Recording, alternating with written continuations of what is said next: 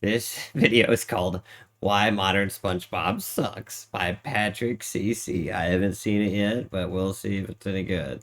Respectful. Nickelodeon has squeezed every last doubloon they possibly can out of that sponge. And no, it's not just because we grew up. The decline of SpongeBob SquarePants can be traced back to one specific moment in 2005, because the creator of the show, Steven Hillenburg, never wanted the show to continue. Oh, that's right. After so didn't he made it to season 3. Let me see if I got this right. All right, before he continues. It got to season 3, and then he made the first movie, and he was like, that's it. That's all I want to do. He also said there should never, ever, ever be a show based around Patrick Star. Like, that was one of his core tenets, I'm pretty sure. After season 3, but once Hillenburg stepped away, and especially after his death, the network transformed SpongeBob into a content machine that totally ignores the vision and the soul of its original creator. Yeah. Am I really gonna defile this grave for money? The story of SpongeBob isn't about the every animation, Hollywood audience it's about or the every animator, Hollywood producer because ever. Like most creations, the humans behind them are often what make them so special. The greatest Nickelodeon show of all time wasn't created by some animation expert or a corporate product design team. True. He was a marine biologist who liked to create weird little sea creatures in his free time. Steven Hillenburg wasn't a big dreamer. He didn't have Hollywood aspirations. He was very grounded and rooted in reality, which is why he never thought that being an artist was a real career path. Lucky for him, he was also extremely interested in marine science. His practical life plan was that he could get a job in his field and maybe get to express his inner artist here and there. I was minoring in art, and I had teachers in the art department saying, what are you doing? Why aren't you in the art school? I guess I thought, well, I do this, I like marine biology and science, and I'm an artist, so I'll end up making exhibits or working at a museum or something. I just immediately put the two together. Yeah. That makes sense. Were you painting sort of realistic, classical realism of this fish? these weird, surreal landscapes. Okay. Yeah, with humans. After college, Steve got a job at the Ocean Institute Steven Hillenburg was a surrealist painter. Yeah, that makes sense. in California. He enjoyed teaching children about marine baseball, huh? life around Dana Point, where he spent a lot of his time studying invertebrates in coastal tide pools, which consisted of aquatic animals without backbones like starfish, crabs, octopi, and Oh sea my sponge. god, look at that fucking thing right there. Oh god, the sea crown tryphia. Oh god, that thing. That looks like it belongs in like your aunt's cupboard or like in your aunt's nightstand, I mean, you know what I mean? Remy, what up?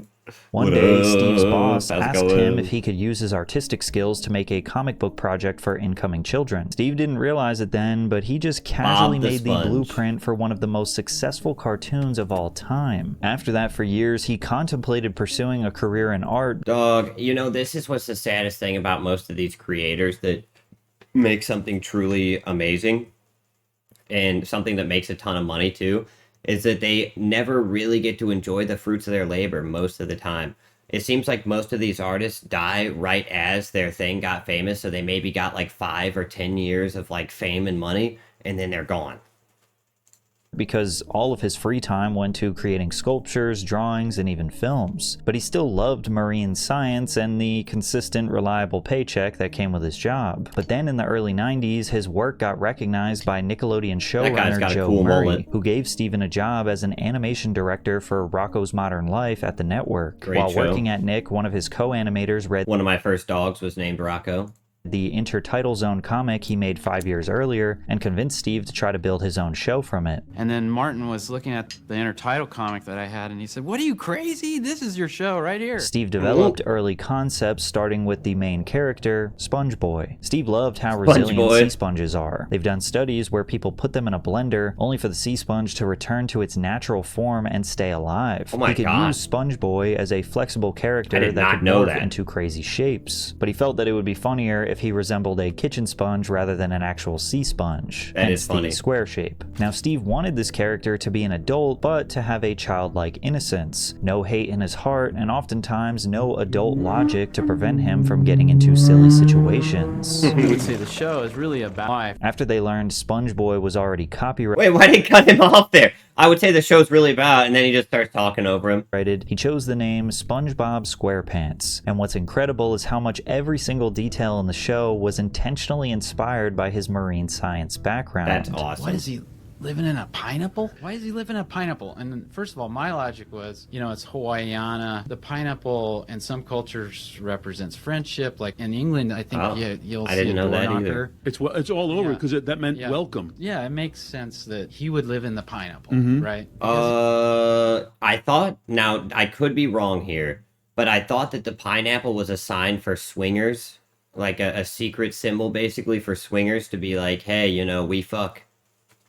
He's friendly. Every aspect of the show was loosely logical and funny at the same time. SpongeBob's closest friend is a starfish named Patrick Star, who is the dumbest character of the show because actual starfish don't have brains. The owner of the Krusty Krab and SpongeBob's boss, Mr. Krabs, was based on the manager of a Maine seafood restaurant where Steve worked as a teenager. Mr. Krabs' entire identity surrounds his obsession with money and exploiting his workers and customers for profit. He's what people would call a bottom feeder. And crabs in real life feed on things at the bottom of the ocean. Sandy Cheeks is a squirrel from Texas who wears an... By the way, what a fucking name. Sandy Cheeks. Of course, the second they made that name, they knew exactly what they were doing, and it's amazing, and I love that. Astronaut suit that keeps her alive underwater. It was Steve's attempt at making a strong female character that embodied the adventurer spirit during the space missions. And that's another way you could tell people actually don't have a problem with strong female characters. They have a problem with poorly written strong female characters. Is people like Sandy Cheeks or Ripley from Alien. Nobody has a problem with a strong female character at all. We just want it to be written well. That's all anybody who ever talks shit on them says, really. Except for, of course there's going to be the random guy who is a little extra. But most people don't have a problem with strong female characters. Or, we'll have the same problem with The Rock in most of his movies, because The Rock is pretty much just a strong female character with a penis. To the moon overseen from Houston. Squidward Tentacles is actually Steve Hillenburg's way of joking about the other half of his real-life personality. He's a pretentious, aspiring artist, a mediocre band geek, and his name doesn't match his octopus body, representing the internal confusion with his own artistic identity. Squidward's his name, but he's an octopus. I love that. But Squidward is funnier than Octoboy. Squidward is this curmudgeon, snotty, aloof, a wannabe artist. In a way, Squidward is the guy I can identify with most. See, Squid belongs to some of the... That's the thing about SpongeBob, too, is as a kid, you identify with SpongeBob, but as an adult, you identify with Squidward. The older you get, the more you go, you know what, Squidward's kind of based. Those music societies, right? The clarinet, Undersea Clarinet Society. Yeah, he's into interpretive dance and any kind of snobbery incorporated he would be into. Subscribes to Fancy Living Digest. Anything that SpongeBob's not into, Squidward probably into. Steve got to be as creative and absurd as possible while creating his own show, and yet everything is there for a reason. While SpongeBob lives in a friendly pineapple, Squidward lives in an Easter Island head that plays on his big-headed ambitions. Is an idiot who literally lives under a rock. Mr. Krabs runs a restaurant shaped like a giant lobster trap, along with living at home with his whale daughter, Pearl, in an anchor. Plankton owns the Chum Bucket restaurant that is always empty. Chum in real life is bait made out of dead fish to attract sharks. Since Plankton's potential customers are all fish, they probably don't want to partake in cannibalism. Sandy lives in a dome under the sea. You would think that, but there are episodes where people eat chum and they're tricked into thinking it's good. There are episodes like that. Of course, those are future episodes, not ones where Steven Hillenburg was involved. So, grain of salt type shit. Converting the phrase fish out of water to a mammal out of Which also, that goes to bring into question, all right, so the SpongeBob theory channels, like Alex Bale, how much of their theories actually mean anything real, and how much of SpongeBob is actually SpongeBob? Because if the first 3 seasons and the movie were all that the creator saw as SpongeBob and everything else was just extra shit he didn't want, then do any of the theories that take place after the movie even count? The town they live in is called Bikini Bottom. Most of us think about a bathing suit, however, it is also a dark humor reference to the Bikini Atoll nuclear site, which is located in the real-world country of the Marshall Islands. 67 nuclear weapons tests were carried out from 1946 to 1958, including the explosion Yeah, and this is the thing, is Steven Hillenburg set this up to be a thing, and then they did. This is how you know.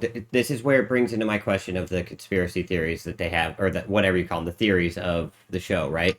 Is like there's the theories about did the nuclear site did these nukes, is that what created SpongeBob and his people? And the people reference the future episode where, or I guess it's like where they go back in time. It's an episode that was made after Hillenburg, I should say, a post Hillenburg episode that takes place in like 10,000 BC, and there's like prehistoric SpongeBob and Squidward and Patrick, and people quote that as the reason why there's no, or the reason why it can't be the nuke. Now, of course, my counter to that argument as well, even if it, like, one, post Steven Hillenburg, right? But two, my counter argument would be, even if we don't take into the post Steven Hillenburg argument, we could still take into the argument that that could actually be not actually 10,000 or 10 million years ago, but that could just be right after the nukes hit. SpongeBob, Squidward, and Patrick could have always been living next to each other, and that could be actually just them as they were evolving through the forms of radiation.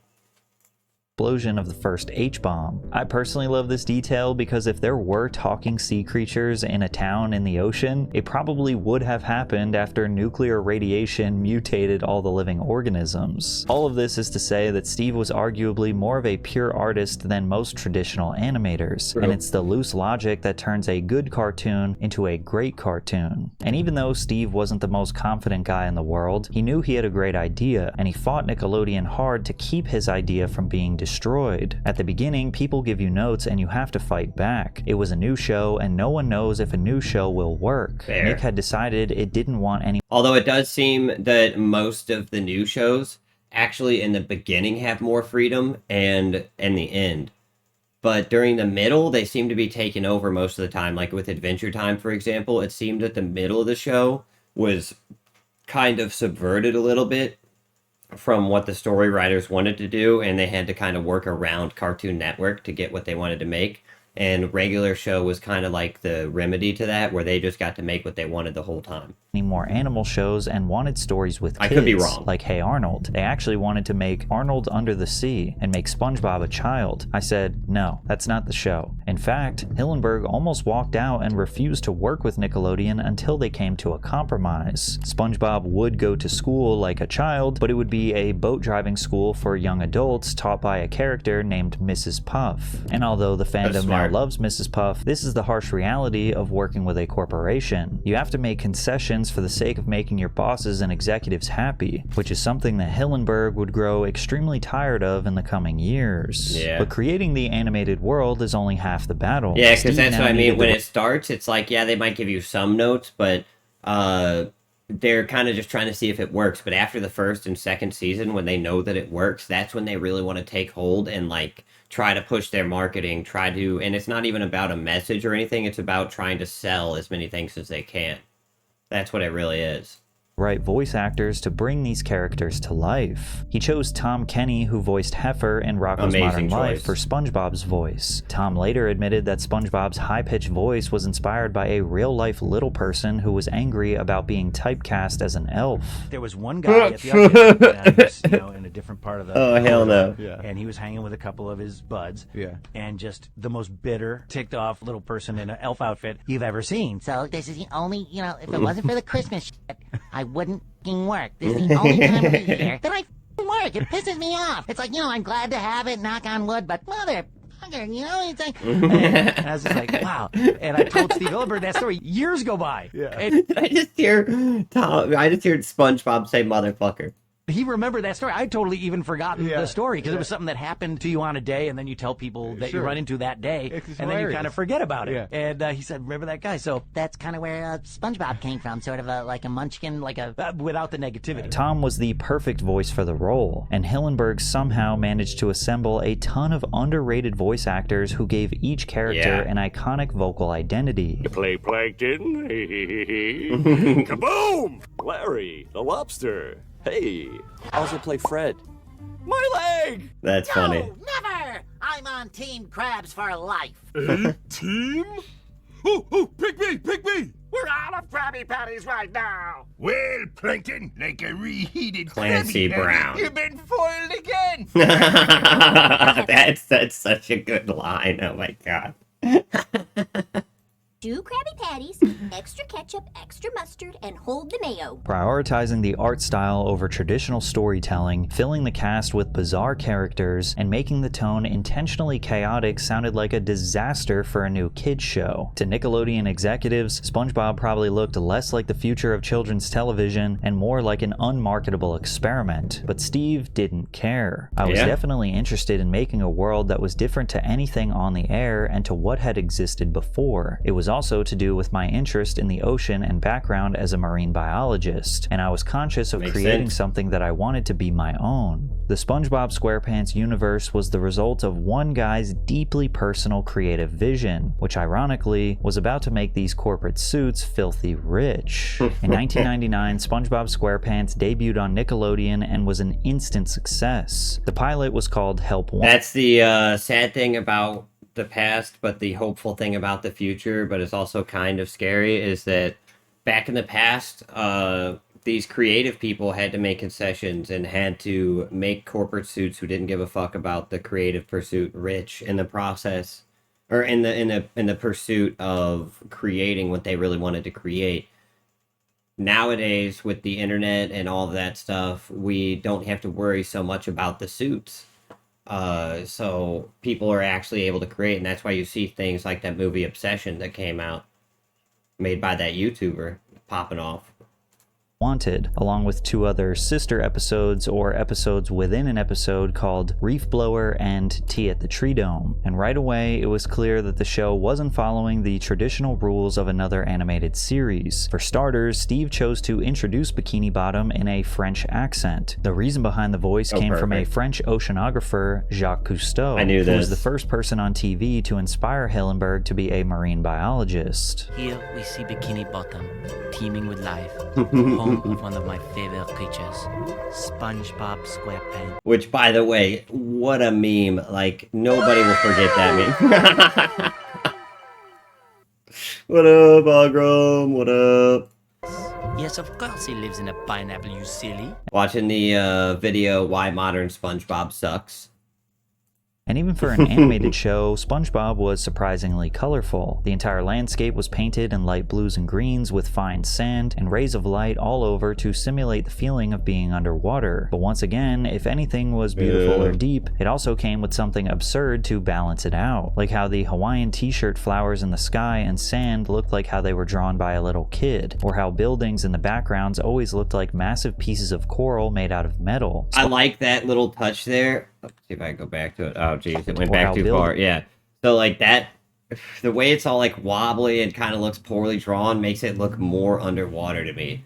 I love little touches like that. I always say, in whether it's video games or TV, it's not the big, flashy things that are in front of you that really make the difference. For me, it's the little things, the little touches in the background, the minor differences, the things to say pay attention to that you really don't need to, that make the world. Which is also why the last season of Game of Thrones gets so much flack, is because you could tell they didn't care about the little things, which is why there was a Starbucks cup in the background of one of the shots. Backgrounds always looked like massive pieces of coral made out of metal. SpongeBob had the world's loudest foghorn alarm clock to make sure he was awake at the same time every day. He had a pet sea snail named Gary that was always annoyed and meowed like a cat. He had a closet full of the same exact SquarePants outfits. Instead of lifting weights, he lifted stuffed. It's actually how my wardrobe looks, except it's all on the floor. Animals, to show he was extremely ambitious but adorably innocent. He hyped himself up, saying his signature catchphrase, "I'm ready," and his neighborhood friend Patrick popped out from his rock to support SpongeBob in his quest to live his lifelong dream to be a fry cook at the Krusty Krab. Additionally, most animated shows at the time were drawn on model, meaning they stuck to a fixed style guide to maintain consistency from frame to frame. However, SpongeBob SquarePants was created using off-model animation. meaning that every time you looked at SpongeBob, he was never exactly the same. His tie could be smaller, his face could be longer, his teeth could be bigger, but most importantly, his body and face was essentially elastic, so he could be stretched and transformed to literally wear his emotions, which meant that the writers didn't just have to rely on dialogue to tell their story or prove their point. They could visually tell stories by changing SpongeBob's physical form. And beyond off-model, that's exactly how I did too. Hillenburg's SpongeBob wasn't afraid to use really impressive sketching and painting to add drama to the scene. For example, when SpongeBob and Patrick meet Sam... I forgot that season 8 exists, and they canceled the show. Well, they canceled the show on its way out because none of the actors wanted to renew their contract.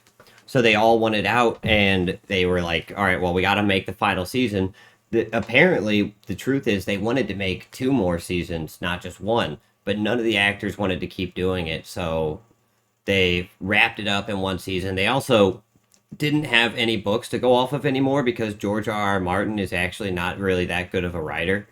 I mean, George R.R. Martin makes really good shit, but he just is not a good writer. I mean, if it takes you 30 years to write a book, you're a bad writer. I'm sorry.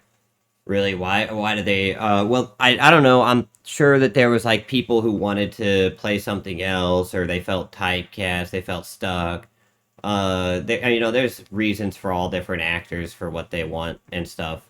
There's also the fact that Game of Thrones really got people stuck in the role and made people not be able to see them as anybody else, like the guy who played Joffrey, and how everybody hates him now, and, like, and, that just means he's a great actor, but he doesn't really play in anything anymore because he's only seen as Joffrey. I think a lot of people were trying to avoid that, maybe. Maybe they saw the writing on the wall that the show was just going downhill. Who knows, really? And honestly, I could be wrong on that information. I'm just kind of talking out of my ass about things that I half heard in the background of my brain. So, who knows if I'm even telling the truth here. This show was great. It was a great show. And honestly, I'm going to say it, the ending of the show, I didn't really hate it as much as everybody else did. I mean, I did think that the, like, zombie attack or whatever should have lasted way longer. It shouldn't have just been 1 episode. That was stupid. The ending, the very end with the whole, like, Daenerys Targaryen and Jon Snow thing didn't really make a whole lot of sense to me. Like, especially with the way Daenerys just, like, lost her mind out of nowhere. But I have a feeling that kind of is like an Anakin Skywalker effect, where it's like, you get episode 2 and episode 3 of Star Wars, but you miss the entire Clone Wars show in between showing of how Anakin turned to the dark side. So, like, maybe that's where that all happened. Like, there could be a whole bunch of shit that really drove her to madness that we just don't get to see because they didn't have time, basically. I agree that poor dude quit acting because of it. Yeah, Joffrey, yeah. In Tea in the Tree Dome, SpongeBob spends his first time in open air. Patrick makes SpongeBob believe that all he has to do is be fancy, telling him to keep his pinky up no matter what, but soon, SpongeBob starts to slowly die in the tree dome, and Patrick stupidly tells SpongeBob to ignore water and keep his pinky raised. When they zoom in on his drying face, they hyped up season 7 that Danny will be the change and the Night King will be the biggest enemy. They did, and I don't think that they had the time to do both. I think that they should have done season 7 was the Night King, season 8 was Danny. That would have been the right thing to do, but, time is a cruel mistress. The details look closer to fine art rather than a cartoon. Of course, none of these techniques on their own were not season 7, sorry, I mean all 7 seasons. Yeah, or they built up all 7 seasons. Yeah, no, I know what you mean. Yeah, you're right. But yeah, I feel like season 8 should have been the Night King, and season 9 should have been Targaryen finale. That would have probably been the actual right thing to do. Space it out a little more, but, time. were technically new, but SpongeBob SquarePants had put them together in a way that redefined modern animation. The highly detailed close-ups made for often uncomfortable and sometimes gross situations. But to take it even further than that, Hillenburg's team also had no trouble using real-life people as plot devices whenever they thought it was ridiculously funny. In a Season 2 Christmas special called Christmas Who, we're introduced to Tom Kenny dressed in a pirate's costume named Patchy the Pirate, with a parrot puppet named Potty. He'd be depicted as SpongeBob's number one. Who would dress up like a pirate? What a dumb thing to do, like just put on a pirate hat. That's so stupid. Anybody who just puts on a pirate hat is an idiot. One fan and become a major host in any SpongeBob specials. Or another strange episode where a man dressed up in a gorilla costume pops into frame, tries to kill Sandy and Patrick, rips SpongeBob in half, and gave nightmares to children around the world. Best kid show ever. As if it couldn't get any better. I didn't know other people had nightmares about that. That gorilla actually did give me nightmares. Like, I was terrified of that gorilla. The stories and character dynamics. I saw a dude in a gorilla suit like that in real life shortly after that episode, and I actually ran. I ran and screamed and hid behind my father. Were damn near perfect. Initially, it seems like everyone in Bikini Bottom sees SpongeBob as a fool or pitiful man-child. Characters like Squidward, Mr. Krabs, and Plankton see his hopeful perspective as a weakness and try to exploit it for their own personal gain. But to Hillenburg, he said the premise for the show is that innocence prevails, which I don't think it always does in real life. And this is demonstrated constantly with his interactions with Squidward, with the first being jellyfishing, where SpongeBob and Patrick invite Squidward to catch jellyfish in jellyfish fields. Not only does he deny the invite, but he is a sarcastic jerk about it, which results in him getting hunted down by a jellyfish, stung, and then riding his bike off a cliff, which leaves him temporarily paralyzed. SpongeBob, who has no I love how he didn't show it, but he falls all the way down the cliff, hits the ground, goes, ow, and then he fucking explodes in a nuclear explosion. In his heart, realizes that Squidward needs help and decides to take care of him. From there, they take him jellyfishing to show him how much fun he is missing out on. Squidward seeks revenge on the jellyfish, only for him to get stung by a massive jellyfish that injures him even more. Basically, every time he has a cynical outlook or bad intentions, he pays for it by getting hurt. It was hilarious and sticks to Steve's message that innocence prevails. SpongeBob was never supposed to be dumb or foolish. He just has so much faith in the world around him that it creates new adventures and challenges. Hillenburg said, SpongeBob is a complete innocent, not an idiot. SpongeBob never fully realizes how stupid Patrick is. They're whipping themselves up into situations. That's always where the humor comes from. Hillenburg also wrote the show so that any character could be a foil character, which is a character who highlights the traits of another character through contrast or comparison. So I've been writing for a while now, and I did not know what a literary foil was. Wow. Sometimes you realize that you're not as smart as you thought you were. Sandy showed SpongeBob's lack of strength with karate. Mrs. Puff showed that he can study, but lacks the mental maturity and patience to actually drive. Mr. Krabs showed his lack of greed, and Plankton showed his lack of evil. But just when you think these characters are extremely predictable, Hillenburg always found a way to give them some depth, because in real life, we're not just one emotion, or one character trait, like how he portrayed Squidward in the 5th episode of Season 1 called Pizza Delivery. Mr. Krabs decides that the Krusty Krab should enter the Krusty Krab, pizza is the pizza, yeah, for you and me. The pizza delivery service, and SpongeBob and Squidward have to personally deliver to the first customer, but they get lost and have to do this long, brutal journey on foot. Squidward is grumpy and annoyed like usual, but they eventually make it. Unfortunately, the customer refuses to pay because the delivery took Where's my Diet Dr. Kelp?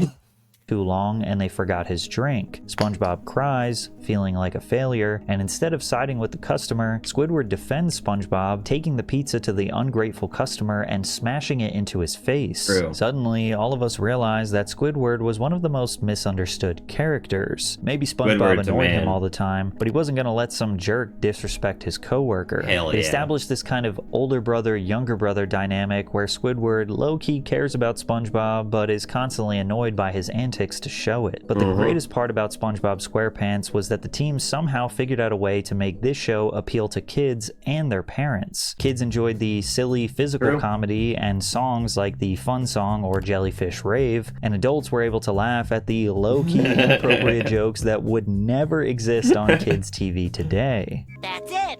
Patrick, your genius is showing. What? Where? I feel like a big jerk. I guess you're gonna miss the panty raid. Oh my god. Raid. I still quote like all of these episodes. It's funny that like almost every quote that anybody will quote from SpongeBob comes from the first 3 seasons. That is true. That's how you could tell when the best part of a show is. You could tell when the best part of a show is by what people quote. By what people will say to each other in real life. You're talking about girls, right? Girls? Yeah. And you're talking about raiding their dressers for their underpants, right? Oh yeah. It's his fucking mom, dude. We're panty professionals. We score here all the time. Oh my god, I forgot he says that. We score here all the time, and Mr. Krabs never, like, brings that up again. But they go to his mom's house all the time to steal her fucking underwear. By the end of season 2, it wasn't just a cult classic. SpongeBob's face alone was a marketing goldmine, with images of SpongeBob and the other characters appearing on items ranging from thong underwear to boxes of macaroni and cheese. True. Sales of merchandise related to the show reached 700. I still have a box of SpongeBob macaroni from way back in the day that's definitely not good to eat now, but I just have it. $150 million. He quickly became a cultural icon, and by season 3, the show really had reached its peak. 3 of the major standouts were Club SpongeBob, where Squidward is stranded with Patrick and SpongeBob while they follow a mechanical magic conch. Squidward doesn't believe in the power of the conch, but ultimately gives in when they get everything they wish for. Or the Idiot Box, where SpongeBob and Patrick purchase a massive TV with the intention to throw it out and only play inside the box. This episode inspired me so much as a child, dude. I loved boxes because of this episode. It was delivered in. Squidward takes the TV from the trash thinking he got the better deal, but realizes that television leaves him feeling bored and empty inside. It was a fun way to show children that you don't need TV to explore new worlds if your imagination is strong enough. It tricked but the me. season favorite has to be Chocolate with Nuts, where Patrick and SpongeBob try to get rich by selling chocolate bars as entrepreneurs. They keep getting scammed by a cruel salesman while running away from a fish screaming, I join. I love boxes because of this episode. Are you a cat? No, I'm a book. You're a cat.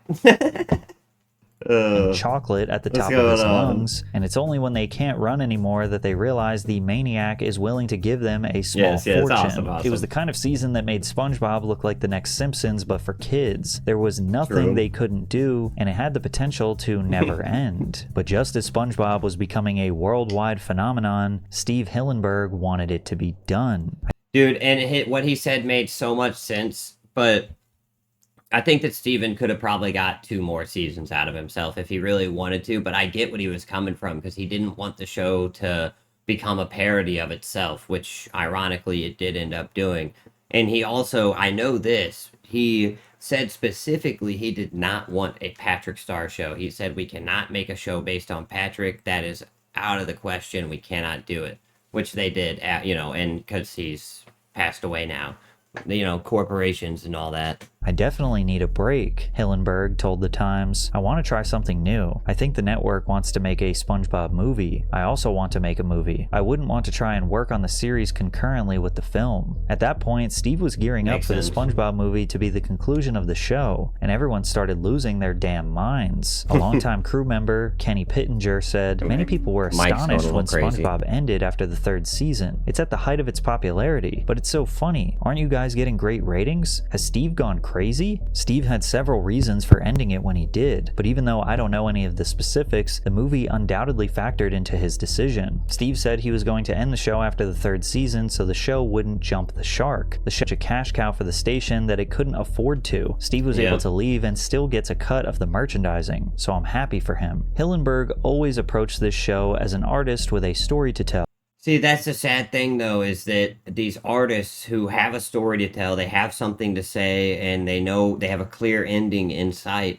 It's the sad thing about these creatives, is that they have to go to these corporations to get their funding, and they end up getting their ideas subverted in the end of the day and taken advantage of and turned into this, like, merchandising monster whenever they were just trying to make something fun and smart and cool. And but to do that, they had to sign a deal with the devil. And at the end of the day, the devil always wins, you know? Well, he made If you sign a deal with him, that is. enough money, he was set for life, and now that the story was over, You just summed up the entire music industry in a paragraph. Yeah. it was time to move on and create new things. Yep. But as we all know, Well, that's the I paused so much, by the way, guys. That's the cool thing about the modern era, though, is that what we're calling the age of information or whatever, is that we're in the time where you can finally put yourself out there. And you still do need to play to corporate interests a little bit, for sure. And that definitely helps if you're an industry plant. We see them all over the place. But more and more, the average person is able to get out there, like Curry Barker, who made Obsession. That's sick. Just a regular YouTuber came out, made a horror movie, and it's kicking ass. That's tight. Finally, we're in a place where the actual creative has a voice. And that has not ever happened in the history of humanity, from what I understand. corporations don't care about art. And even if Steve was going to walk away, Nickelodeon was never remotely considering actually canceling SpongeBob SquarePants. Really? So instead of it ending on a high note, SpongeBob was... So they basically told him that, yeah, dude, walk away. We're totally gonna cancel it, man. And then he walked away, and they're like, all right, so how do we milk this thing for 23 more seasons? would slowly become an example of what happens when a corporation takes a piece of art and milks it dry until it becomes an unrecognizable shell of what it once was. According to everyone working on the SpongeBob movie, the process behind making it was one of the most challenging periods of their lives. Well, and don't get me wrong my opinion about modern SpongeBob. I don't actually think all of modern SpongeBob sucks. There are some really fun episodes. I just think that the first 3 seasons, I said this earlier, but you can tell when the quality of a show is at its peak and when it drops off by what people quote in everyday life. And the first 3 seasons are the seasons that everybody quotes, that in the movie, and nobody really quotes anything past that because the first 3 seasons are the peak. But there are still good episodes past it, like the Magic Conch and stuff, which I think is past it. I'm not sure. It might be in that first ones, but did you mention Andrew Rakic, the guy who made Sudbury Devil? Sudbury? No, I don't know what the heck that is at all, to be honest. You got me, Harmony. That's a deeper cut than I know. Even crew members like Eric Weiss, who had left the show to work on who made a horror film. Oh no, I was talking about the recent one. It's a comedian who I watch who makes like YouTube shorts called Curry Barker. He made a movie called Obsession that just came out, and apparently it's like breaking box office records. There's also that other guy, Kane something, who I don't know him, but he made the Backrooms movie, and that's popping off. I didn't know there was another one too. That's sick, but it proves my point is that, and these are movies that are popping off in theaters too, like getting huge box office returns. That's what I'm excited for. It kind of makes me hyped because I do have a horror movie that I've written. But it's like a half horror movie, half buddy cop comedy.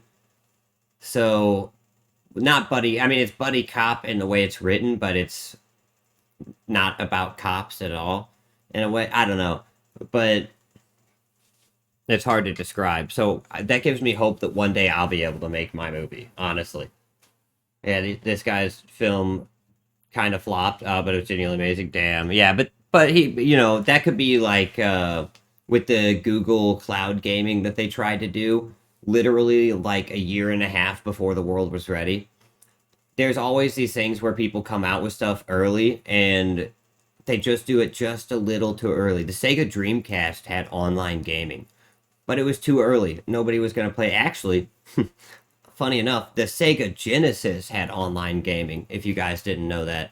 The fucking Sega Genesis had online gaming, but it was too early for anybody to adopt it, so it just didn't matter.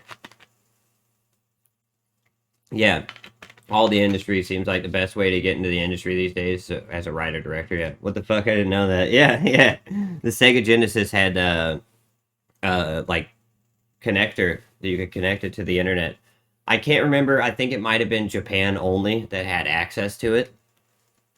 But yeah, I think I could be wrong about this, but I think the Super Nintendo had something similar in Japan only that was like it was like the Super Nintendo channel, and you could like, I'm not really sure about that one, to be honest. But yeah.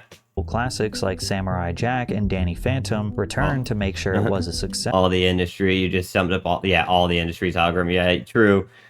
All the industries. Yes, I always wanted to be a feature animator, and the movie felt like I was on the character animation end. It was a blast. It felt like coming home. We saw how stressed Steve and Derek were, so we wanted to work hard for them. We all felt like we had some ownership of SpongeBob, like we were a family that helped raise him. We loved the little guy. Those cartoonists are my buddies, and I wanted to put in all the extra effort I could for them. Seeing SpongeBob on the big screen, wow, that was huge. It was quite a journey. And looking back, the SpongeBob SquarePants movie did seem like a decent way to finish a classic series. In 1985, Japan was in 2005. In 2025, Japan is in 2005. That quote comes to mind. No idea who said it. That's an amazing quote, though.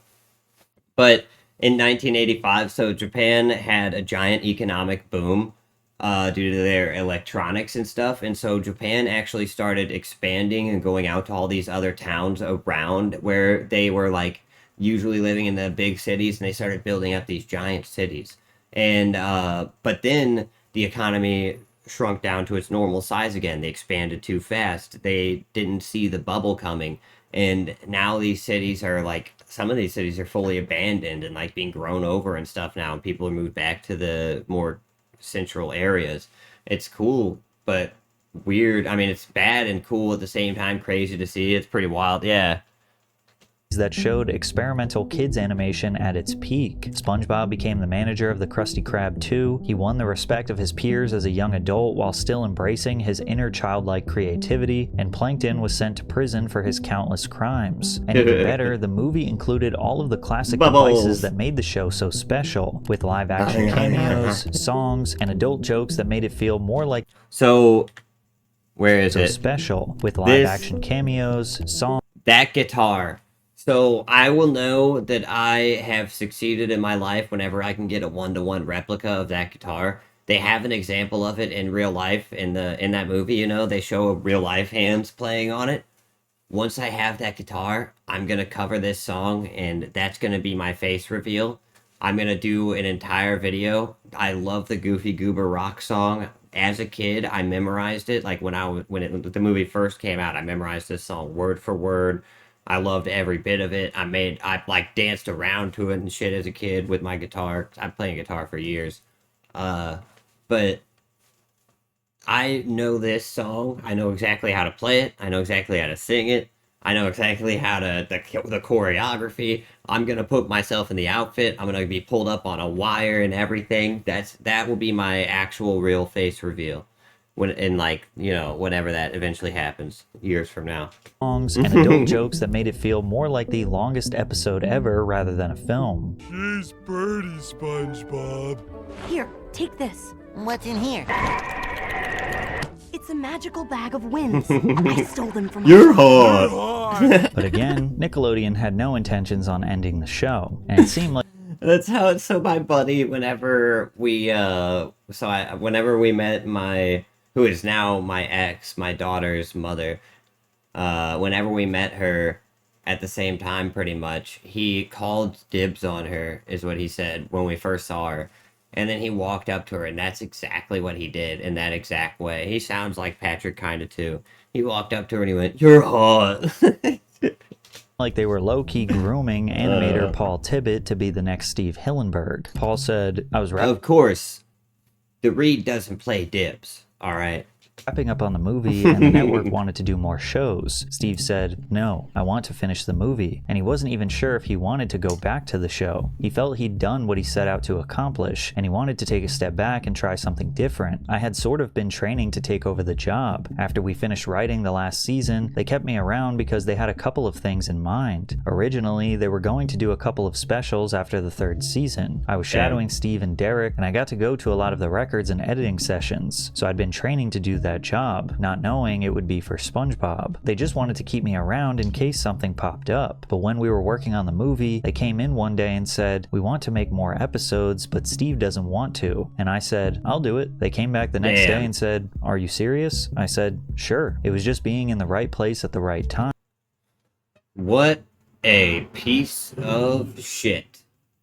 What a fucking backstabbing bastard, whoever this guy is. I don't know who they're talking about. Who said Tibbet? Whoever Tibbet is. I don't know who Tibbet is. This is my public statement about Tibbet. Tibbet, you're a piece of shit. You can't be doing that. You can't be stabbing Steve Hillenburg in the back. He's had 3 seasons in a movie. He made 3 seasons in a movie. And then they come up to you and they go, hey, they tell you, hey, he thinks the show should end here. He made it. Without him, this would be nothing. And I go, yeah, dude, totally, sure. Why not? I'll take over. I'll steal his baby from him. That's totally fine. Okay, whatever. Tibbet, my public statement about you, I don't like you. I think you're a bad person. And many fans interpret this as the exact moment that Spongebob was stolen from Steven Hillenburg. But the harsh truth is that Hillenburg lost control over the Spongebob IP the second he sold it to Nickelodeon. That might not make it right, but that's just how the business has worked for decades. The artist creates the show, they get a cut of the merch and rerun earnings, and if they're really lucky, they might be able to maintain creative control while it's running. Steve knew this, and given that Spongebob was so massively popular, he had a hard choice to make. Either he could be trapped in the writer's room for all eternity and maintain control of his story, or he could let go of the day-to-day operations and do what makes him happy. Which, considering he didn't live too much longer after SpongeBob, he probably wasn't feeling very well shortly after he left, you know, which makes sense to why he wanted to leave and relinquish control. After I did the movie, Paul came in and basically has been running the show kind of in my shoes. Did you just need a rest at that point, you think? I felt like it's time for new blood. I think it's good to change things up to keep it fresh. And which that is something that you're corporately contractually obliged to say. Whenever you work for a corporation and you leave, you have to talk good about them. You're not allowed. There's literally what's called a non-disparagement clause, which means that you're not allowed to publicly disparage the company that you worked for. I have 3 non-disparagement clauses that I have signed personally for different companies over the years that I've worked for.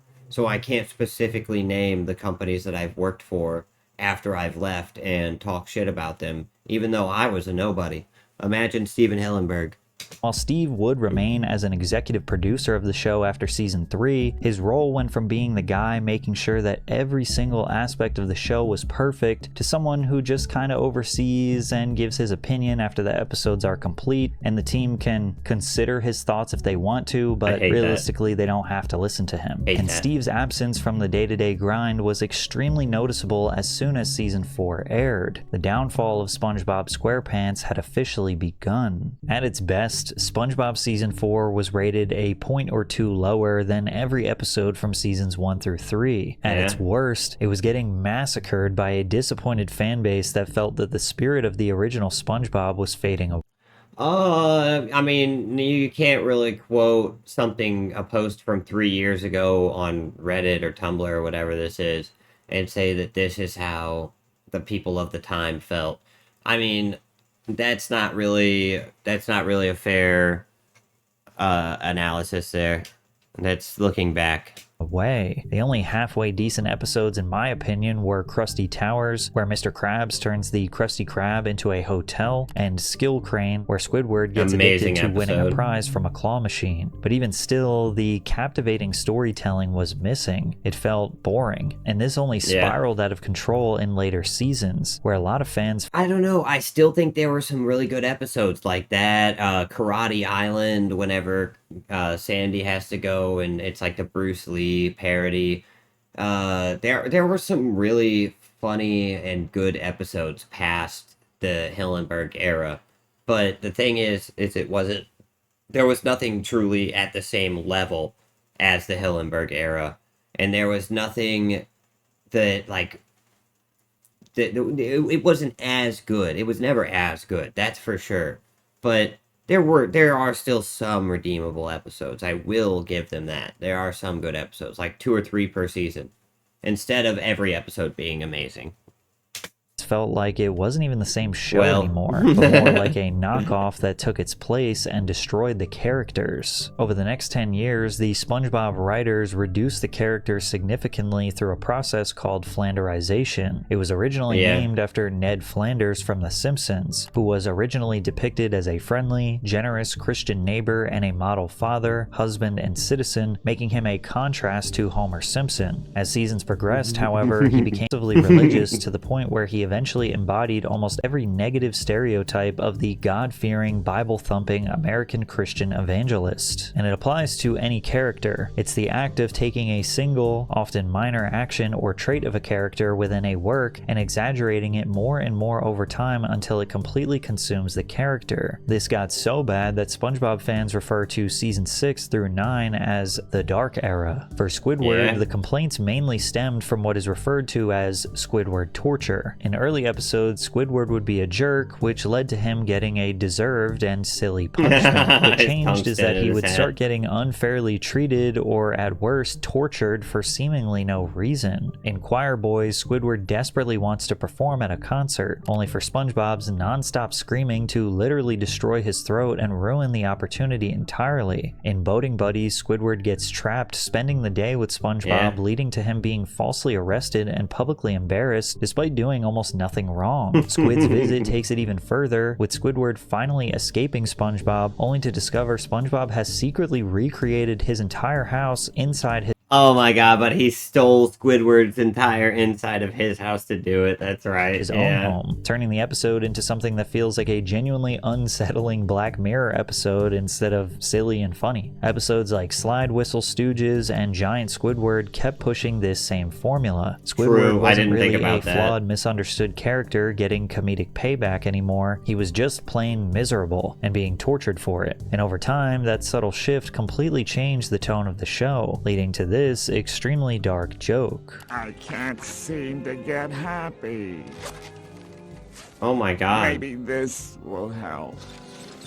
For Sandy Cheeks, it was more about how she became more and more obsessed with science than anything else. The dimensions of her personality as a strong Texan with nothing to lose were mostly replaced, making her just feel kind of dull. Sandy's rocket was literally the only time in the older episodes where she showed an interest in science. Then, right out of nowhere, she's suddenly obsessed with it. Now, a lot of the newer episodes are just her dumb experiments. I don't think that that's true. I mean, she showed a lot more of her strength, karate focus, and Texan spirit in the early episodes for sure. But I mean, she was a squirrel in a astronaut suit.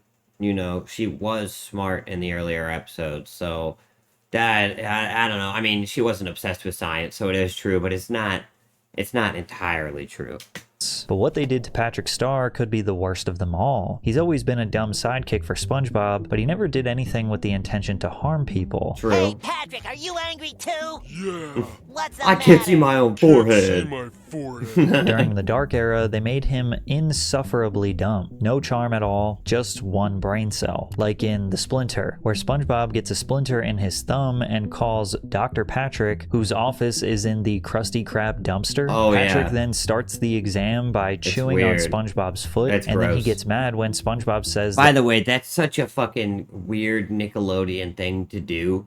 For some reason, Nickelodeon tried to normalize foot stuff for, like, decades. Like, I don't know what the hell is their problem. It's gross. Their symbol was even a footprint. I mean, jeez Louise. Ugh.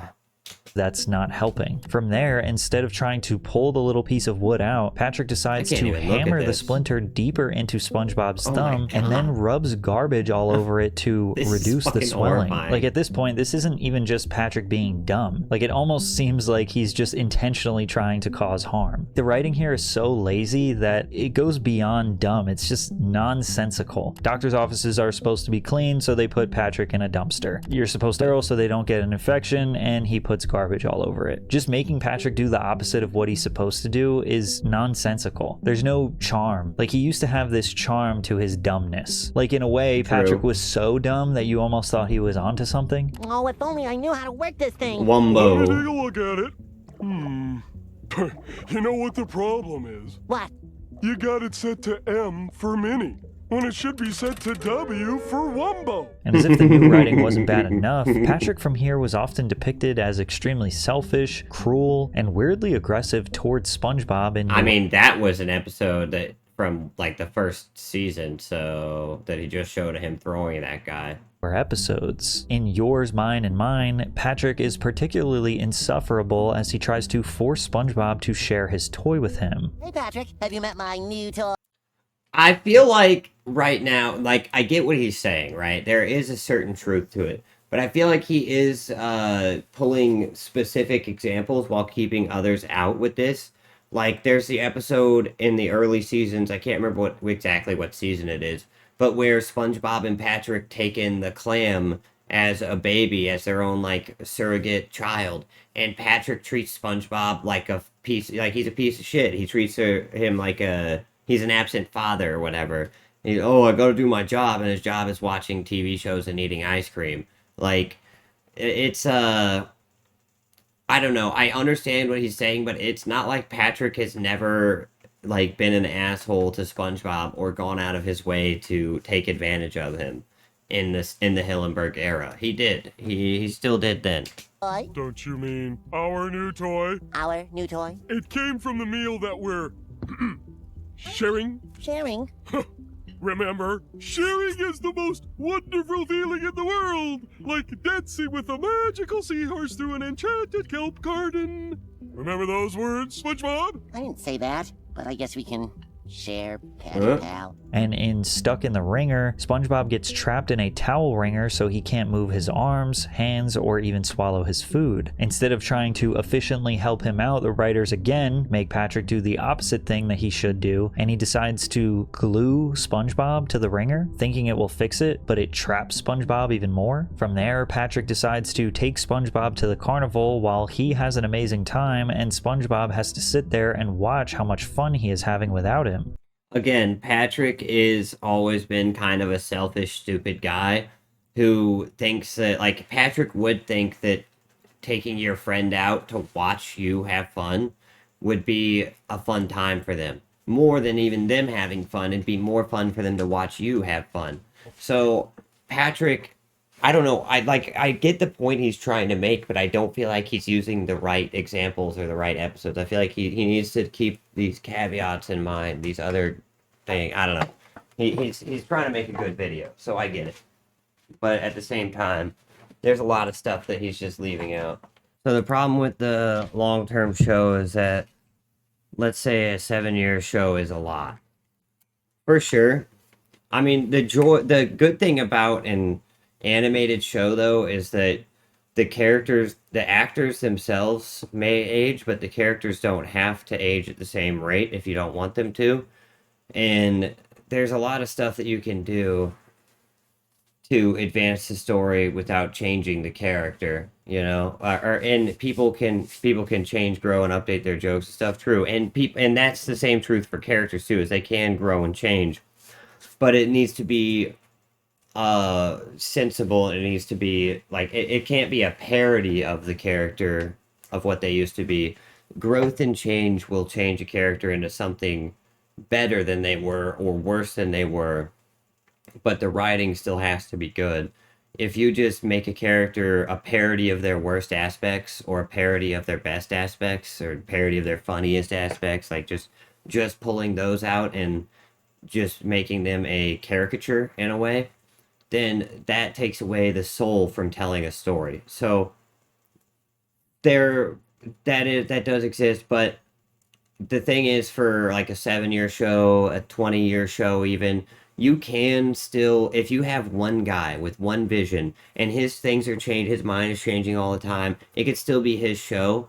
Like, I don't personally, and it can still be really good, for the fans and stuff. It can still be amazing the whole way through. Like, I don't personally watch One Piece, but from the friends that I have that do, they love Oda. They love Oda, and Oda's been making One Piece for decades. So it is possible to make a show that stays true to what it is for a long, long time. You just have to allow the person who wants to make it, the guy who's in charge, to be able to take a step back from the actual like drawing everything and writing every single story beat, but to still have full control. That's where the Japanese media process beats ours, is because ours goes, you have more control in the beginning and then you steadily lose it as time goes on. Whereas the Japanese media process usually is you start out with a little less control because they want to try to get it to work. And then as you build up your audience, you gain more of an influence in the company. And you're able to go from drawing every still in your manga to just telling people what to draw, but they have to listen. It's not like the corporation is to tell you what to do. They have to listen. I like that. I don't know. It's many people involved to remain the same constant good thing. Yeah, directors, actors, people, not nostalgia. Yeah, for being this long, it's piece. It's decent. That's what I think too. Is SpongeBob. I don't know. I think this guy is kind of doing a little bit of a let's get some hate clicks, and or what am I trying to say? Like, negativity gets more views than positivity. But realistically, I think that for a lot of SpongeBob's run, it's still been fun and it's still been true to what the characters are for the most part. He does have good points sometimes, but I feel like he's exaggerating the truth in a way, if that makes sense. It's true, but it's only true from a certain point of view, what he's saying. What this Patrick CC guy is saying. So I don't know. That's how I feel about it. It's still a good show. Now I feel like now it's kind of fallen off. I will say that it has hit the point to where there's nothing really more you can do, and they've got the Patrick Star Show and Camp SpongeBob or whatever it's called, and I think they've run out of SpongeBob stuff to do. So, and that's okay, but they won't admit it. So, I don't know. But I think that for many years after the Hillenburg run, it still had some really decent episodes. When SpongeBob finally defends himself, Patrick cries and the whole town sees SpongeBob as the bad guy. You know, kid, your body isn't the problem. It's your heart. Damn, dude. You deserve what you've gotten.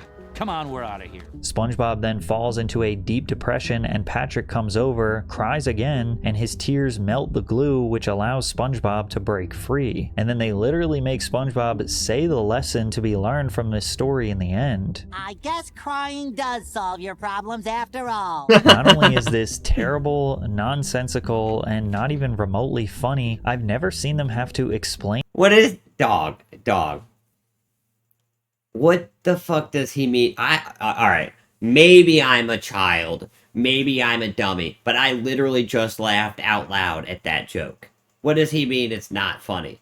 That was a funny joke. That's a funny joke, and you're not being a serious person right now. Or you're being too serious of a person is what it is. That was a funny joke. I guess crying does solve all your problems. That's funny to me. Fuck you. Not fuck you, sorry, I didn't mean that, but still. The point of an episode at the end. It's also increasingly obvious that SpongeBob has only been for kids after Stephen Hillenburg left. And it was always a kid's show, but what made it so different was the fact that parents could watch alongside their kids and enjoy it, so they could share laughs and make memories together. But SpongeBob acts and behaves more like a baby than ever before, making it... I will say in the newest seasons that's true. But right after Hillenburg left, and for several seasons after he left, there was still adult humor slid in. It just wasn't as much.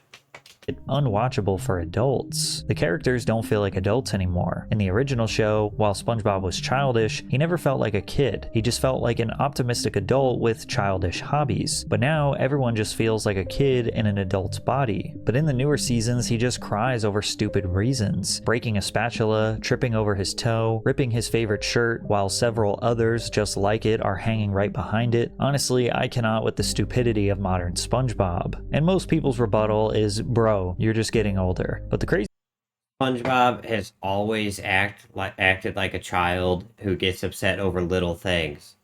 See, this is where it does feel like there's just this overly critical aspect of the internet today, where everybody has to like mega analyze everything and tear stuff down, where I don't know. I mean, I was kind of agreeing with this video at first, but the longer it's gone on, it's just kind of made me realize that a lot of people are just angry and sad, and there's still fun stuff in SpongeBob, and SpongeBob has always been kind of a crybaby, and SpongeBob's always been kind of soft. I mean, SpongeBob literally in one of the first episodes cried because everybody saw that he was getting kissy kissies from his grandma after he was getting cookies. And then he went back and he cried to her again and filled up the whole room because he wanted his snuggly bear and he wanted to ride his seahorsey and all that stuff. So what are they talking about now? He's too childish. Now he's acting like a baby. He was acting like a baby since the beginning of the show. This is a non-valid argument. This argument doesn't make any sense, and I don't like it.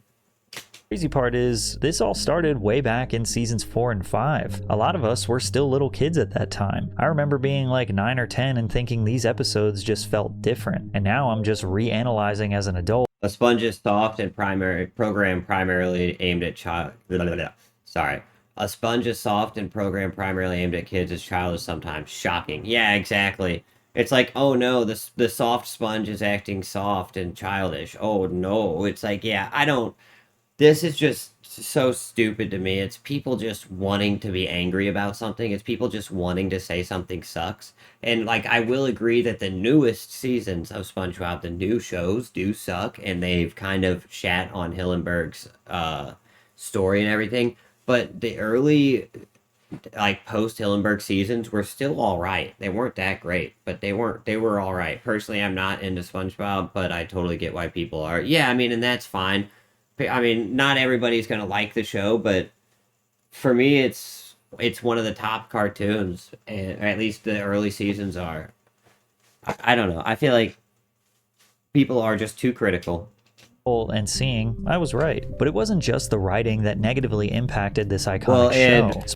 It has kind of a special place in my heart because my grandma Connie was it was her favorite show. Not even just her favorite cartoon, but her favorite show. And every time I would visit her, she would like watch it with me back in the day. So, you know, it kind of has like that special nostalgia place in my heart as well. SpongeBob's own animation was losing a lot of its initial charm. It started with subtle changes like better lighting and vibrant colors after the first movie, which is understandable. For me, it'd be Dexter's Lab, Powerpuff Girls, or The Simpsons. Oh, hell yeah.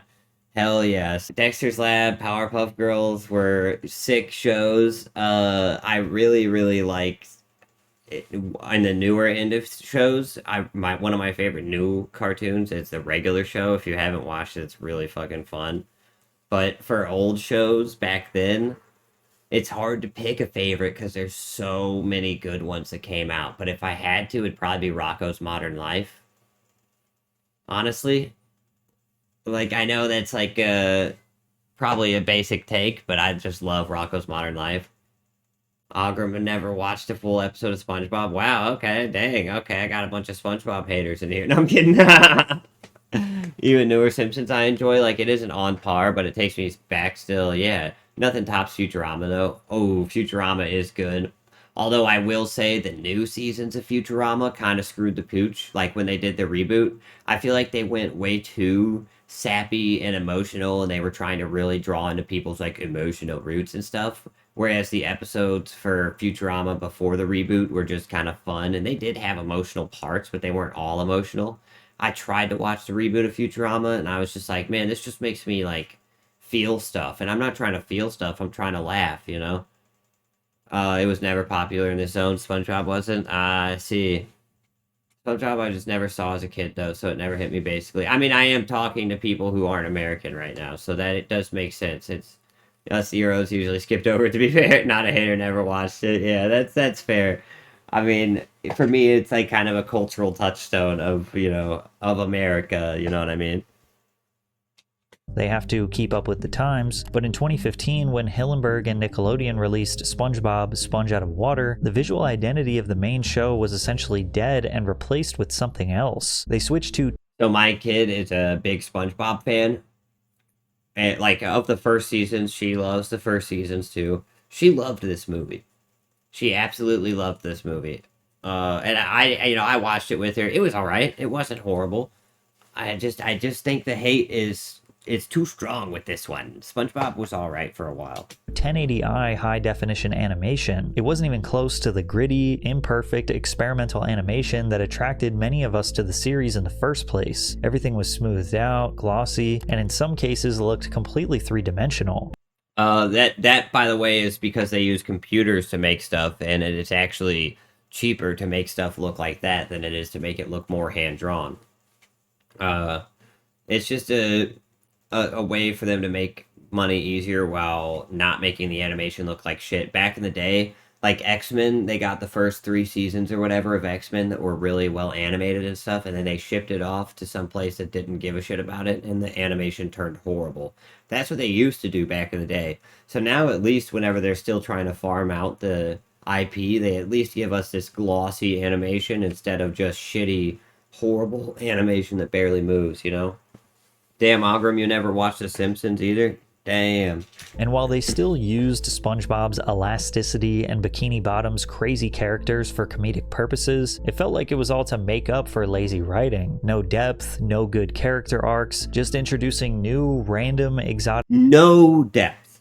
No good character arcs, dog. This is crazy. This is such a broad statement to make. Holy crap. Characters like a Rick and Morty episode. Not to mention how they constantly turn SpongeBob into something grotesque and unsettling. They seem to be particularly obsessed. That's a reference, isn't it? What's that a reference to? I mean, isn't that a reference to... Oh, God. Isn't that a reference to Beavis and Butthead Do America? I could be wrong. Oh, no. Fear and Loathing in Las Vegas. Duh. But they do that in Beavis and Butthead Do America as well, with a guy. He turned SpongeBob into something grotesque and unsettling. They seem to be particularly Which also takes away his point that the show is not for adults anymore and there's no adult humor. There's nothing in there for adults because that's a Fear and Loathing in Las Vegas reference that literally no child would understand. With characters ripping their skin or off. That. And despite the show being But it's too much for babies, right? The show is too much for babies, but he's ripping his front of his skin off? Okay, alright. You know? YouTube recommended me for some reason a Powerpuff episode when the blue girl kindly asked the monster to leave. Oh, man. The blue girl. Wait, kids don't know about Hunter's Wild Adventures? I guess not. No, they don't. Yeah. No way. Worse in every way possible. The strong legacy of Steve's original creation Fear and Loathing led to the was show wild, maintaining for pretty sure. decent ratings over the years. It's almost like with every new season, people hoped the original charm would come back. SpongeBob actually won the Favorite Cartoon Award every year from 2003 to 2020. Did you know that Johnny Depp was actually good friends with the guy who wrote Fear and Loathing in Las Vegas, Hunter S. Thompson? And whenever Hunter S. Thompson died, he requested to be shot out of a cannon, I'm pretty sure. And Johnny Depp did that for him, like shot out of a huge cannon or something like that. Except in 2008 when Avatar: The Last Airbender momentarily took the spotlight. SpongeBob had... It was his ashes. It wasn't his body, by the way. He didn't just launch his body out of a cannon. It was his ashes. Transcended TV ratings. He was a generational cultural icon similar to Mickey Mouse. Nickelodeon literally needed him to survive because he was an extension of their identity. After the release of the Sponge Out of Water film in 2015, Steven Hillenburg actually returned to work more closely on the show, and many fans felt like Steve was going to breathe new life into this series. But even with Samurai Jack was pretty good.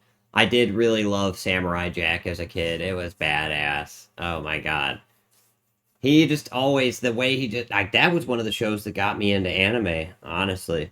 Samurai Jack was kind of like the stepping stone. That and Dragon Ball Z were my two first steps into the anime world. With him back in the writer's room, bringing SpongeBob back from the grave would take a miracle. And then Avatar The Last Airbender kind of settled my love for anime. Even though, you know, Samurai Jack and Avatar The Last Airbender aren't technically anime, they are to me.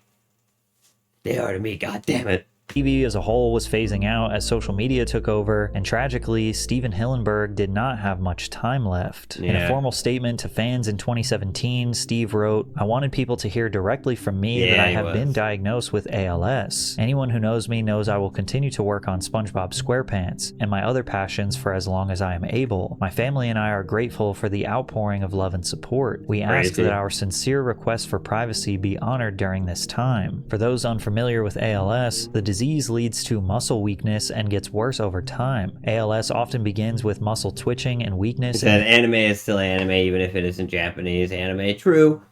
That's how I feel. Exactly. I still remember DBZ and their questionable jokes. Well, the jokes were even more questionable in original Dragon Ball, that's for sure. That's my view on it anyways. That's my view too. I feel like anime is anime, no matter where it's made. There's Korean anime, there's American anime, there's Chinese anime, there's Japanese anime. It comes from all over the world. Like, Japan created the art form of anime, for sure, but the world has since adopted it. An arm or leg, trouble swallowing, or slurred speech. Eventually, ALS affects the muscles needed to move, speak, eat, but still, Japan and breathe. had their own The tier. last time the public would see Hillenburg before his death in 2018 was when he received an Emmy Award from his old friend Tom Kenny. SpongeBob's vocal cords might be mine, but SpongeBob's playful spirit of gentle anarchy, his humor, and the joy he takes in his vibrant, colorful, music-filled world come directly, 100% from my good buddy, Mr. Steven Hillenburg. I love you, brother. Thank you.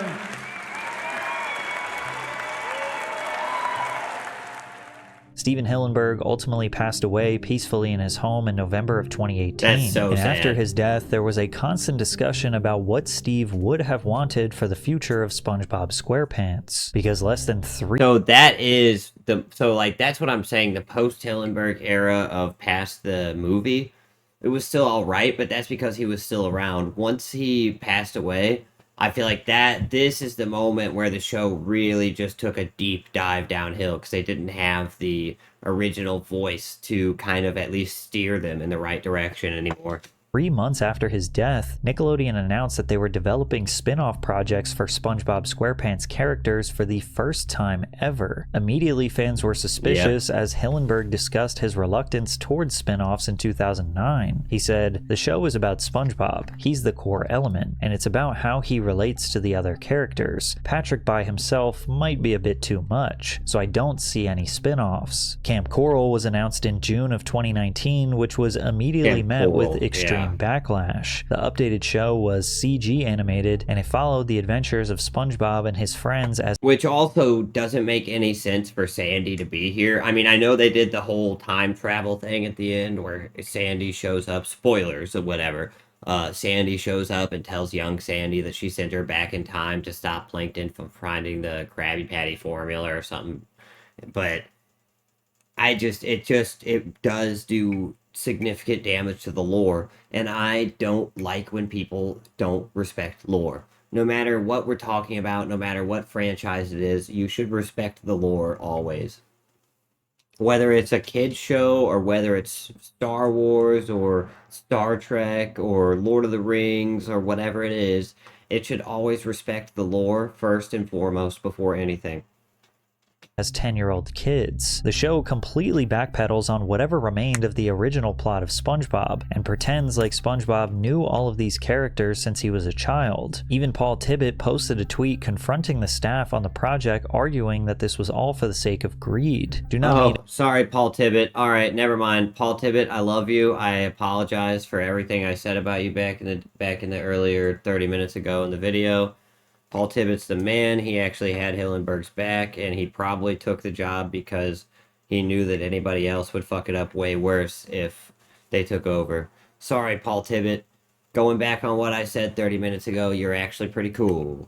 Any disrespect to my colleagues who are working on this show. They are good people and talented artists, but this is some greedy, lazy executiving right here, and they all know full well Steve would have hated this. Shame on them. But the situation got more complicated and confusing when I'm Urging You to Leave, a Camp Coral short based on the series, was leaked in 2021 that featured a credit saying that the show was created by Hillenburg. Tom Kenny also spoke out against the backlash, saying, "We were a little unsure about the CGI thing too. SpongeBob is such a determinedly 2D classic animated looking show. They were able to find a way to take that CGI and lend it the same squashy, stretchy, kinetic, the craziness of 2D classic animation. That was a puzzle they worked really hard to figure out, and I think are still learning on Camp Coral. I think it's fun to have to learn new tricks when you've been doing something for a while, so it doesn't become stale." And in a now deleted series of tweets, the current SpongeBob showrunner Vincent Waller said, "Steve was aware it was being developed.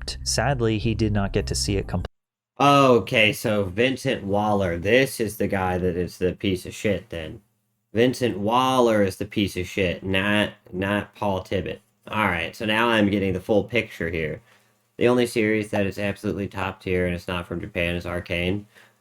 I haven't seen Arcane yet because I won't watch Netflix. I just don't like Netflix. It costs too much. They keep upgrading their price and they want to add in ads. And it's like when I did have Netflix, it was every 2 months they would send me an email saying, "Hey, we're going to up the price again. Hey, we're going to up the price again." That's actually why I got rid of YouTube Premium as well. Me and the boys used to have a shared YouTube Premium account. But literally every 2 months we'd get an email saying, "Hey, we're raising the price by 50 cents again. Hey, we're raising the price by 50 cents again." It was at the point to where it had raised the price by like $10 over the course of 2 years, and they just thought nobody would notice. But I canceled my shit eventually, finally. Like that, and enough is enough. You can't, like, they're literally nickel and diming us to death. Completed. I think it would have made him smile. Look, and this is the thing that the companies need to understand, is that whether it is an ad blocker or whether it is piracy or whatever people are doing, it's usually not a fact of people not having like the resources to have it or not wanting to pay for it. It's the fact of it being overpriced and unavailable. Whenever everything is spread out between 12 different streaming services, nobody wants to pay $200 to be able to watch everything. That's why you're seeing a resurgence in piracy. And also on the same end of that, but the other side of the coin, whenever TV shows were like mostly all on 1 or 2 or 3 streaming services, you actually saw a huge downsurge in piracy. It's usually a availability thing more than anything for why people do piracy and why people use ad blockers. It's like, if you charge me something reasonable like $5 or even $10 a month, I will pay you for the ad blocking. I won't just use an ad blocker. I'll pay you for it.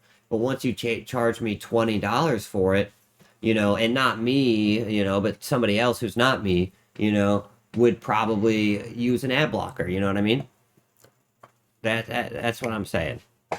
Saying, "I don't see any spin-offs" is in no way saying, "I would never do a spin-off." Just like when he said he had no interest in doing a movie, yet lo and behold, not only did he make a movie. Well, there are some other platforms that try to be the next Netflix. Yeah, and I think the real problem is all these companies saw Netflix popping off and actually doing well, and they all decided they wanted a piece of the pie, and they all made their own platform, and that segmented it so much that I don't know if their plan was to try to segment it to where people would go back to actually watching TV or what. But what has actually happened is there's two things. People are canceling their subscriptions and watching old shows through piracy or even new shows, or kids which are just watching YouTube now. Kids don't even really care about TV anymore because it's so unavailable that and it's just it's not made for them. Kids TV is made for some weird, analogous, and I don't know how to say that, analogous. I don't know how to say that word.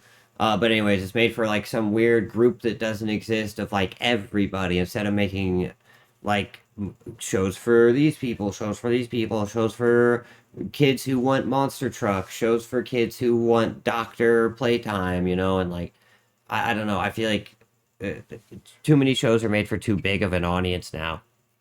But he took part in 3 of them. So can we give a rest to the he would nevers? Then again, it wasn't just this one spinoff. The network has released the Patrick Star Show. Again, Steve explicitly said in the past that this would be too much. They have the a Title LARP Zone being and additional flashing. films like the Sandy Cheeks movie and Plankton the movie. I don't know what and that it's because means. of all this that many fans believe Steven Hillenburg is rolling in his grave as the greedy Nickelodeon executives rinse his sponge until it's bone dry. But I think that is a bit of an overstatement. I think we can infer from Steve's past quotes that the artist in him never saw SpongeBob going past season 3, let alone becoming a legacy character like Mickey Mouse. He probably didn't love all these wacky new ideas, spin-offs, and concepts, but he understood that his creation was much bigger than him. It was generational. Add on the fact that he developed friends and relationships with the hardworking folks who worked on this show and would probably want them to keep their jobs. It's unlikely that all of these spin-offs were thought of the moment he passed away, as shows generally take years and years to develop. He probably was aware of them. Let's use every last drop. That feels like what they're doing with all the TV shows nowadays. Or was even presented them during his tenure. And since Steve was a great guy and was open-minded, he probably genuinely considered every new idea that was presented to him and tried to make it make sense while still maintaining the artistic integrity of the original show. Maybe he did even work on some of these spin-offs, but I don't think it's a coincidence that 0 spin-offs were greenlit while Steve was alive. Whenever he was suffering from ALS, he probably spent most of his time dealing with that. I don't think he was really very involved with the show at that point, honestly. So for them to say he knew about it and was involved is probably a lie. Alive, because if SpongeBob's legacy was truly up to Steven Hillenburg and not a multi-billion-dollar network, the show would have never made it past 2004. True. SpongeBob is a great reminder that the best cartoons are the ones that adults can watch too, because historically, cartoons were actually never made for kids. But check out. Well, you know what? All right, so I agree with some of the stuff he said, but I do feel like he was a little too harsh on the Tibbet era of SpongeBob. The Paul Tibbet era of SpongeBob was not that bad. Sure, it dropped off from the original Hillenburg era of SpongeBob, but I don't know. I think the Paul Tibbet era was still pretty good. It didn't really disrespect the characters or disrespect Hillenburg's vision like the dude whose name I forgot era did.